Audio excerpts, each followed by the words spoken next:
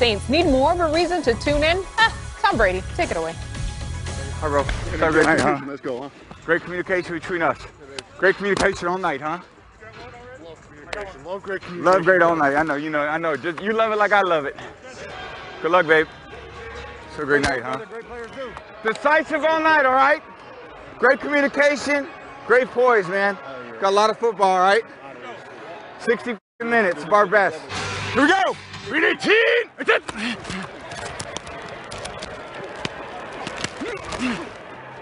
ahead. Hey, baby, what's up? Hey, just goes all respect. Oh, you too, baby. It's all good. You're not allowed to play the game. It's all good, I know. All right, boys, here we go. Come on now. We need team.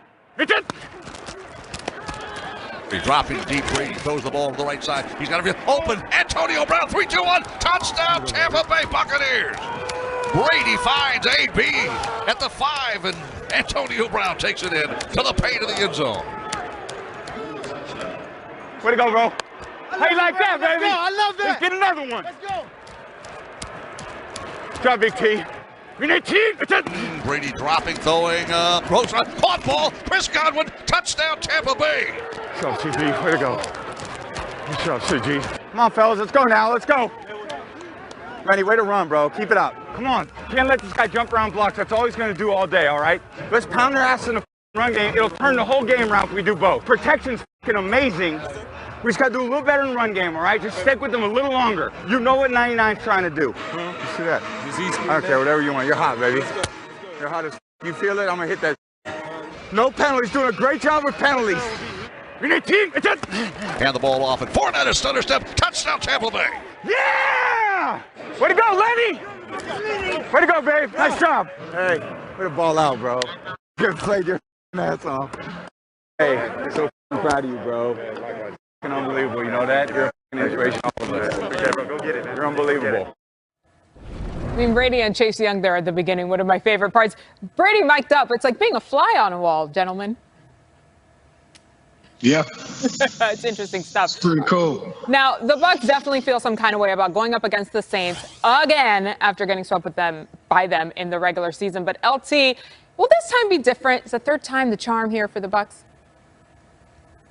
Well, it can be, and if it is going to be, I think they need to follow the script that they had last week against the Washington football team, particularly on offense. They were much more balanced on offense, and it worked well for what they wanted to do in terms of the play-action passes and getting the ball out of Brady's hands and helping that offensive line protect Brady.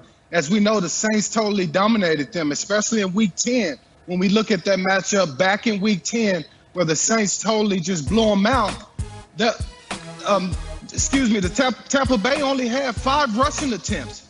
5 rushing attempts, okay? For the entire game. And they had 0 first downs rushing. So that's going to have to totally change because they have to win more of the time of possession.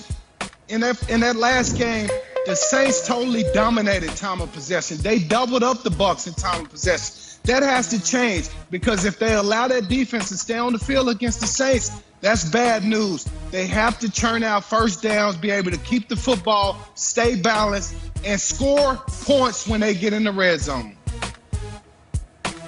Yeah, I'll take a little page out of that, but alter it just a little bit, LT. I think Tampa Bay defensively can take a page out of the Chicago Bears defensive game plan, where it was clearly, we're not going to give up the big play. We're going to make you go the length of the field. Now, New Orleans is certainly capable of that. There is this talented group, maybe close to Kansas City in terms of top to bottom talent. And Drew Brees, he's capable of methodically taking it down the field. But if you don't give up the big play, you make them go the length of the field, maybe you stop them from scoring, maybe you hold them to a field goal, where Chicago couldn't then deliver on the offensive side. As you just alluded to, Tampa Bay can. So if you limit the possessions, when you do get a possession, now you do have to be able to score. You have to come up with the big plays yourself. You get in the red zone, you can't trade touchdowns for field goals. But it'll be interesting to see if Tampa Bay and Todd Bowles defensively takes a page out of the Chicago playbook and says, okay, we're not going to give you the big plays down the field. And when we do shorten the game in that regard, we're going to rely on our offense now to take control, and that'll be enough for us to win on the road. I agree with you 100%. You can throw out the last game. It's not going to be. I've long thought that Bruce Arians and Tom Brady, conspiracy theory, they laid down the first 3 quarters of the week. They go, let's just put everybody to sleep, make them think we're terrible, and then really turned it on the last quarter of the season, because this is a totally different team. The key word here from both of you I heard is change, alter. I mean, by definition, if you're doing the same thing, expect a different result, it makes it crazy. So they're going to have to change something up. All right. Thank you both. Let's get you at home caught up on what's going on around the league. The Eagles parted ways with Doug Peterson yesterday, and according to Mike Garafolo, they have requested to interview 49ers defensive coordinator Robert Saleh and Bucs defensive coordinator Todd Bowles. Garafolo added there's a sense that the team didn't expect to be conducting a coaching search now, and, well, they're kind of scrambling to that. Texans great Andre Johnson didn't hold back on his feelings towards the Texans, tweeting out this: "If I'm Deshaun Watson, I will stand my ground. The Texans organization is known for wasting players' careers. Since Jack Easterby has walked into the building, nothing good has happened in or for the organization, and for some reason, someone can't seem to see what's going on." Pathetic. Strong words there. Coach and LT, I want to get into this conversation, but I want to start with the Eagles situation here, because there's a lot going on there. The new coach will really have to clean this up. Coach, what are the challenges here for a new coach coming in to really fix a fractured locker room?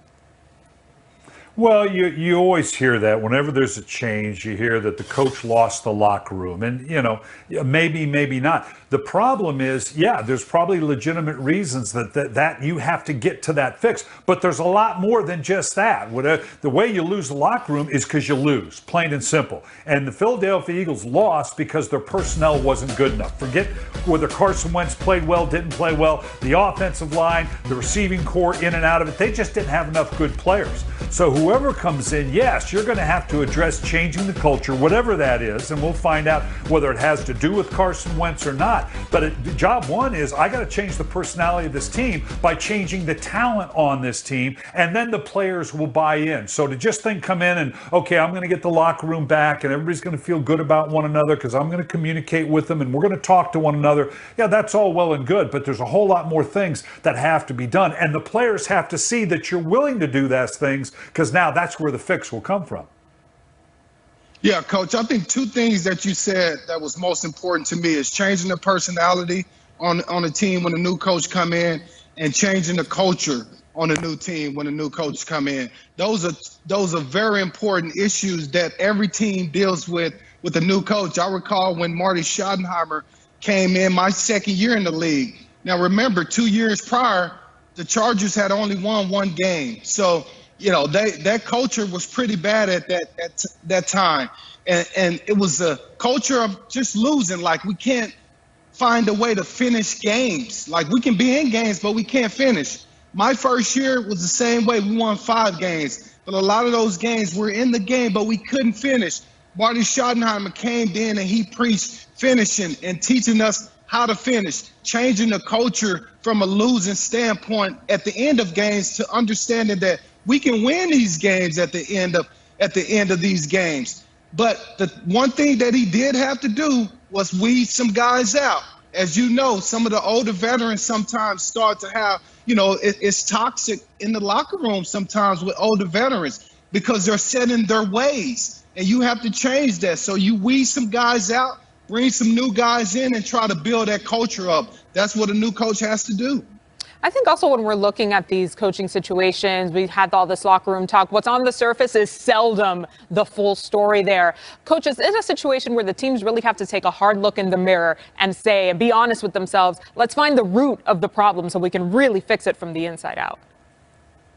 It does, and you can see there's a number of teams that have changed the coach and the general manager, and clearly that can be the approach that you see. Look, this wasn't good enough. Where you don't, you're just getting